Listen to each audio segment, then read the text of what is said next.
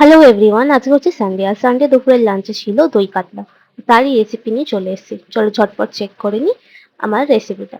তো দই কাতলা করার জন্য সবার আগে এই কাতলা মাছগুলোকে ভালো করে আমি তেল, হলুদ আর নুন দিয়ে মাখিয়ে ম্যারিনেট করার জন্য রেখে দেবো।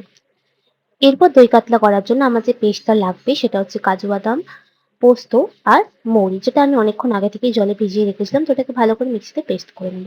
পেস্ট করে নেওয়ার পর আমি ইনগ্রেডিয়েন্ট গুলো অলরেডি রেডি করে নিয়েছি।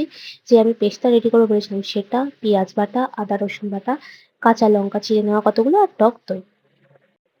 এরপর কড়াইতে তেলটা গরম করতে দেবো। আর তেলটা ভালো করে গরম হয়ে গেলে ম্যারিনেট করা যে মাছগুলো আমি রেখে দিয়েছিলাম সেগুলো এক এক করে আমি তেলে ফ্রাই করতে দিয়ে দেবো।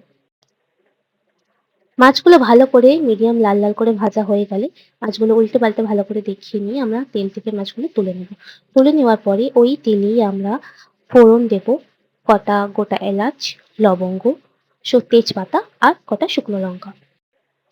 এরপর গরম তেলে এগুলোকে ভালো করে ভেজে নেব। ভেজে নেওয়ার পরে আমি ওর মধ্যে দিয়ে দেবো পেঁয়াজের পেস্টটা। পেঁয়াজের পেস্টটাকে দিয়েও ভালো করে লাল লাল করে ভেজে নেব। ভালো করে ভাজাটা হয়ে গেলে পেঁয়াজটা ওর মধ্যে আমি দিয়ে দেবো আদা আর রসুনের যে পেস্টটা আমি করে রেখেছিলাম সেগুলো, আর কাঁচা লঙ্কা চিড়ে রেখেছিলাম ৪ টে, সেই কাঁচা লঙ্কা চেরা। সেগুলো দিয়েও ভালো করে নাড়াচাড়া করব। এরপরে আমি যে কাজু বাদাম, মৌরি আর পোস্তর পেস্টটা করে রেখেছিলাম সেটা এই তেলের মধ্যে পেঁয়াজ, আদা, রসুনের মসলার মধ্যে দিয়ে দেবো এবং দিয়ে ভালো করে নাড়তে থাকবো যতক্ষণ না এটা থেকে তেলটা ছাড়তে থাকে ততক্ষণ নাড়তে থাকবো। এরপর একে একে আমি এর মধ্যে দিয়ে দেবো জিরে গুঁড়ো, ধনে গুঁড়ো, স্বাদ মতো নুন আর দিয়ে ভালো করে নেড়ে নেবো।